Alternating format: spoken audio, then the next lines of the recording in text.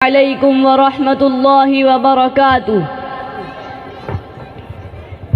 حامدا ومصليا أما بعد، قال الله تبارك وتعالى: أعوذ بالله من الشيطان الرجيم، بسم الله الرحمن الرحيم.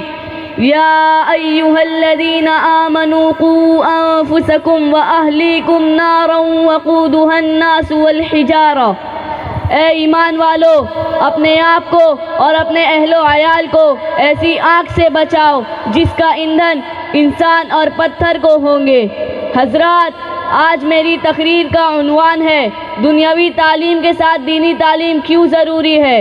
اللہ تعالیٰ نے انسان کو اشرف المخلوقات بنایا ہے اور اس کی کامل و مکمل رہنمائی کے لیے پیغمبروں کو دنیا میں مبعوث فرمایا اور زندگی کامیاب اور بامقصد بنانے کے لیے اسے ایسے علم کی دولت سے نوازا جو انسان کے لیے دونوں جہان میں کامیابی اور کامرانی کا ذریعہ ہے اور اپنے رب کی معرفت کا اہم وسیلہ ہے. اور ہمارے پیارے نبی صلی اللہ علیہ وسلم نے ارشاد فرمایا: طلب العلم فریضۃ علی کل مسلم. ہر مسلمان پر اتنا علم حاصل کرنا فرض ہے جس سے وہ اپنے دین پر صحیح طریقے پر عمل کر سکے.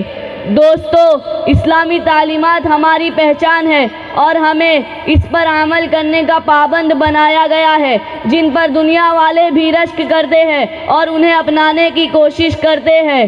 لیکن آج ہمیں دنیاوی تعلیم حاصل کرنے کا ایسا جنون ہے کہ ہم دینی تعلیم کو بھول گئے ہیں اور اسے پس پشت ڈال دیا، جبکہ دنیا کا علم انسان کو صرف اپنے تک فائدہ پہنچاتا ہے اور دین کا علم انسان کو دونوں جہان میں کامیابی دلاتا ہے. لوگ سمجھتے ہیں کہ دنیا کے علم سے اچھی ڈگریاں ملے گی، بہترین جاب ہوگی، شاندار سیلری ہوگی، خوب شہرت ہوگی، مال و دولت کی کثرت ہوگی، گاڑی بنگلہ، نوکر چاکر، بینک بیلنس سب کچھ مل جائے گا. اور دین کے علم سے نہ تو روپے پیسے ملے گی، نہ ہی عزت ملے گی، نہ ہی جاب ملے گی، بلکہ وہی مسجد مدرسے میں کام کرنا ہوگا، لوگوں کی کڑوی کسیلی برداشت کرنا ہوگا، قوم کی خدمت کرنا ہوگا. اور ملنے والا کچھ نہیں تو کیوں نہ دین کے علم کو دنیا کے علم ترجیح دی جائے.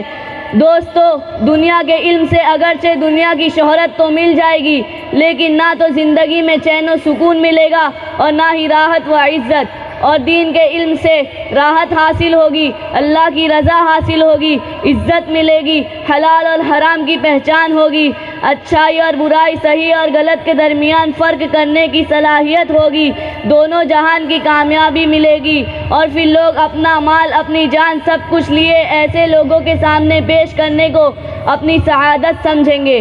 دوستو، ہم یہ نہیں کہتے کہ دنیا کا علم حاصل مت کرو، ضرور حاصل کرو، لیکن دین کے علم کو دنیا کے علم پر ترجیح دو.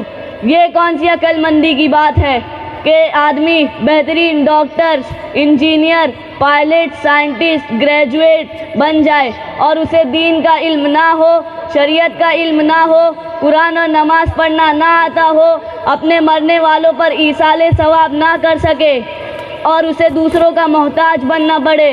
اس لیے ہمیں چاہیے کہ ہم دین اور دنیا دونوں کا علم حاصل کریں اور دین کا علم مقدم رکھیں.